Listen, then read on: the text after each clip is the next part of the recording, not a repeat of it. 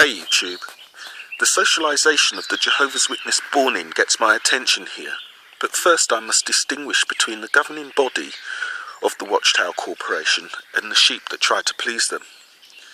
The cult leadership have first to ensure that the natural bond of love between parent and child is corrupted, and that devotion is directed towards them solely. Their cult would collapse overnight if it did not interfere with this, and naturally it is the child that truly suffers. The cult leadership uses parents to create an environment for children that can be summarized as fear, paranoia, guilt, insecurity, isolation, worthlessness, superstition and helplessness. From the earliest age, the child literally has beaten into them that no one outside of the Kingdom Hall has any value at all. The world is there to ensnare and steal your life away. You are told that the lovely people you meet are instruments of the devil, and their gifts to you are demonized or satanic somehow. And one day, very soon, Armageddon will be here, and you'll be stepping joyfully over their carcasses. Now tell that child in your arms that he doesn't deserve to live, and does so only through undeserved kindness, and God can revoke that kindness at any time, unless he follows the rules. We're not even talking about anything important either.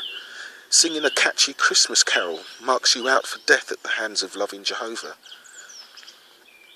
Fear of living is drummed in. There are so many rules. So once the cult isolates the child from the outside world, they now ensure that child never experiences anything like true friendship.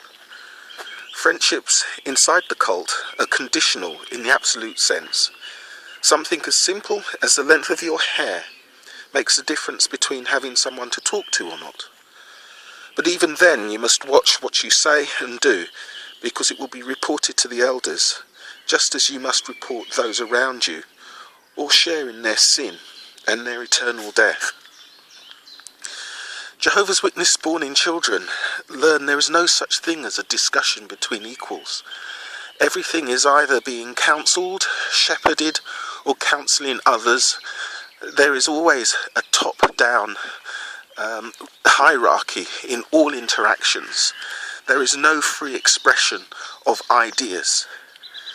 The cult leadership has created an environment where the child trusts no one and is never shown trust. An environment where gossip can literally cause family members to shun each other and just write each other off. The child learns that love of the cult is the only love anyone around him values. No one matters to anybody. The only thing that matters is what the governing body reports Jehovah told them. The JW child lives with unrelenting guilt. Anything he says or does could be taken as a stumbling block to others, causing their death.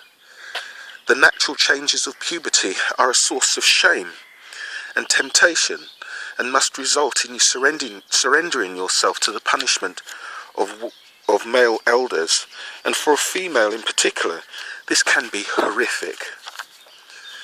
Guilt is also reinforced because the child is taught he is someone morally superior, yet is encouraged to lie and deceive if that will bring another victim into the Kingdom Hall.